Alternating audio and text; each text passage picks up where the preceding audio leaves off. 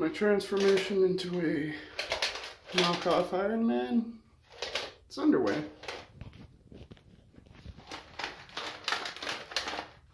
Both arms worked with welded, shitty MIG weld hinges made from bolts and nuts, and leather reinforcements on the inside, so I don't have to worry about wearing a fucking hoodie that will be damaged over time.